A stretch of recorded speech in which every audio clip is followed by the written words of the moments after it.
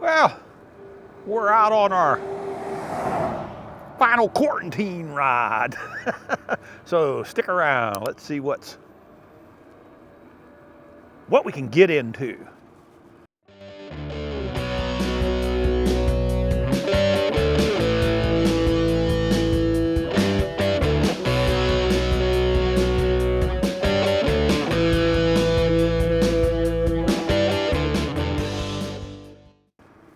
Well, hello again, Internet. Welcome back to the channel. Yeah, this is our final. Take a little pan over here. Looks like they moved a shed into there and built a barn so far. Got some more tree clearing. I don't know what else they've maybe done in there, but anyway, this is our final day of being quarantined out of my own shop. So I thought, well, before this rain comes flying in here, I better go ahead and get one more ride in. Michelle seems to be doing pretty decent now.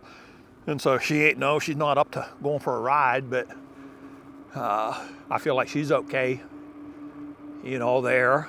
She said, go for it before the rain comes in, because it's going to rain all weekend. But we got over our COVID. She's getting over hers. I have to tell you, it didn't do anything to me. I mean, I had a fever for 3 days, low-grade fever that I kept under control with Tylenol. And yeah, I think, honestly, that's it, some muscle fatigue. Yeah, it gave me some muscle fatigue. But other than that, nothing. I mean, I never had a cough, never had any shortness of breath, never had any anything with it. I mean, there was basically just a fever and feeling kind of crappy. And other than that, that was all there was. Michelle got hit just a little harder with it. And I was kind of curious how that would pan out, because this is the first time either one of us have had it. And you know, I had heard that it could be pretty bad if you haven't had it at all yet. So I guess maybe that wasn't so much the case. But we're getting over it. We're getting over it. Michelle had a few more symptoms than I did, which really surprises me, because she's much healthier than I am. So that kind of surprised me a little bit that she got hit with it harder than me. But so what else is going on? So I've kind of been doing some thinking. You know, that's what's so dangerous about this. I can't go into work. Ain't so much I could do in the office up there. You know, I did everything that I could do in the office and couldn't do anything more there. And sit around and, you know, count little specks on the ceiling or something. I don't know. But I thought, you know, I wonder if I should be looking for another bike. And I thought, you know, maybe that wouldn't be a terrible idea. So I started putting some thought into it, probably way too much thought into it, to be honest with you. Because some of what is out there now is very interesting. And I'm not talking about any particular bike that's very interesting, but some of the technology. And one of the things is a torque sensor on a hub drive. And I would be really curious, anybody that has like the Aventon 2 or something, to comment, what do you think of the torque sensor on the hub drive? That just seems very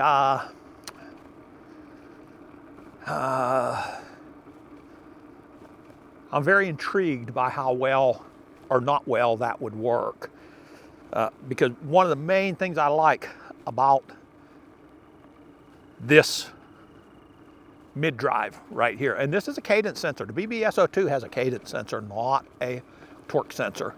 But it's set up, my gears are set. And you know what? I'm going to stay out here just a little way so this guy can slow it down a little bit until he gets around. Is he going to? Heck no. So I'll just stay out this way some. I am going to do a little experimenting with that at some point on these country roads. But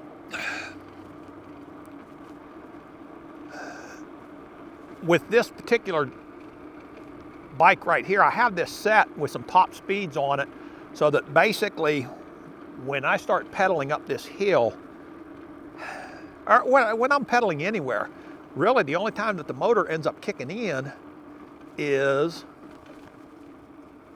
when I'm going up a hill or gaining speed. And then it kind of trickles out as I get up the hill. And so that might be very similar to a torque sensor. Might be very similar to what I would achieve on a torque sensor. Let's put it that way. So that is a little bit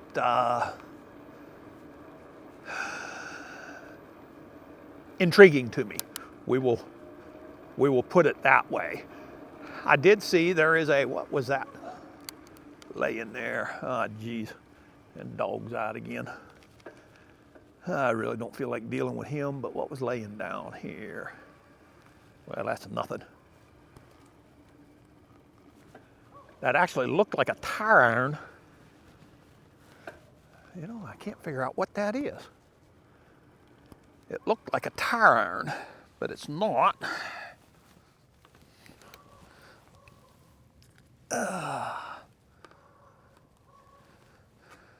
It's some kind of a, probably one of them vape things, I guess. Yellow, mellow fellow. Well, I think it's might be one of them vape things. We'll set it off here to the side. I'm not toting somebody's vape home to throw it away. I wouldn't even have touched it if I didn't have some gloves on. But, all right, stay in there, doggy. And I'm just going to ignore the dog here. Hopefully he's going to stay in. You really need to stay in there, friend. You really need to. We're just kind of waiting until we get on by. There you go. I went by there earlier and he did make it out onto the road. And he's getting a little more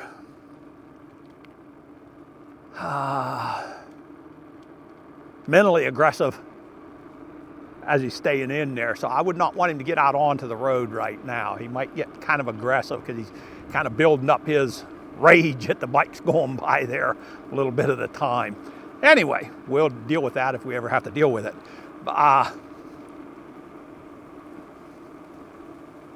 Where was we at here? Where was we at? The torque sensor. I did find a motor that has a torque sensor and a cadence sensor. It's a new one that's come out. It's basically in competition with the Bafang motors to put on there. But I'm not really interested in putting together another bike. Why am I not interested in that? Well, because I have a feeling what I would do if I were to get another motor and look for another donor bike, I would look for a bike like this plus some, you know, this on steroids. Maybe instead of the Marlin, the Excalibur, or I think the Roscoe is a bigger tired bike, but not their fat tire bike, you know, but something along those lines. And that's not really, maybe even a Trek Fuel, which is a full suspension type bike.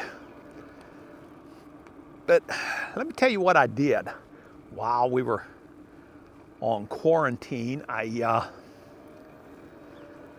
took Michelle's bike out for a little ride just to see. I gotta tell you, I hate to admit it, you know, I'm the tough old cowboy, can't bend steel, but I gotta tell you, that step through was pretty nice.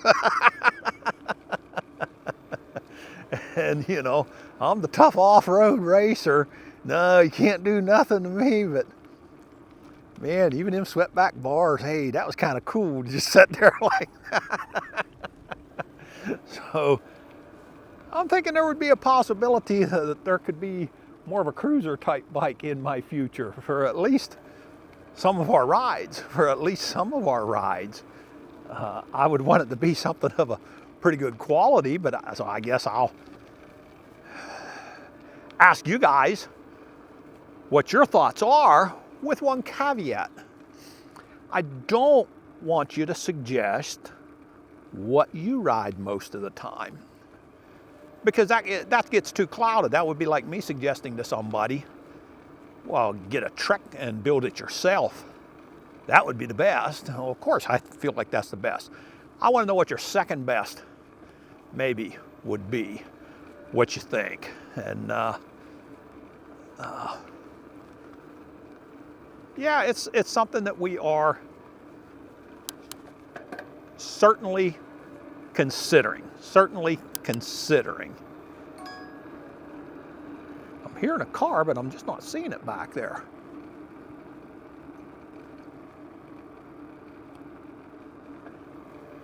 And I'm still not seeing a car back there.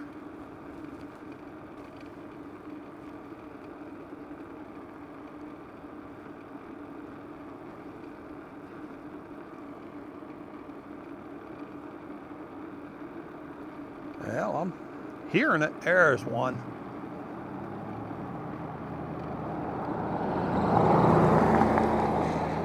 Yeah, he was a loud old truck. That's another thing I want to be dealing with here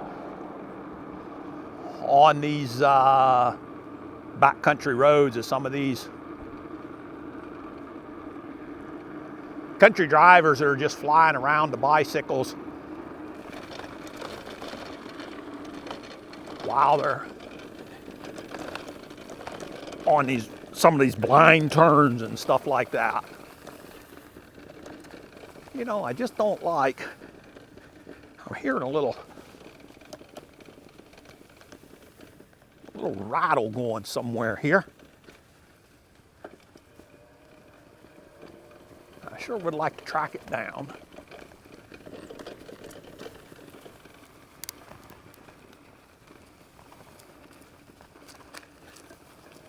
It's not in the crank, I know that.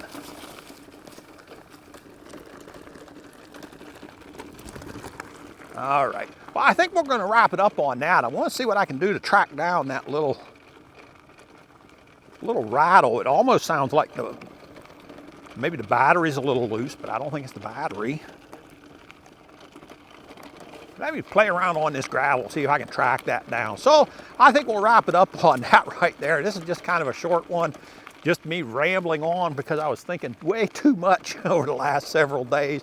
But we're all doing fine with the COVID here. And so, yeah, we'll catch you on another one there, Internet. So until we catch up to you again, Southern E-Biking telling you, stay safe, God bless, and keep the wheels rolling. Once again, we're out.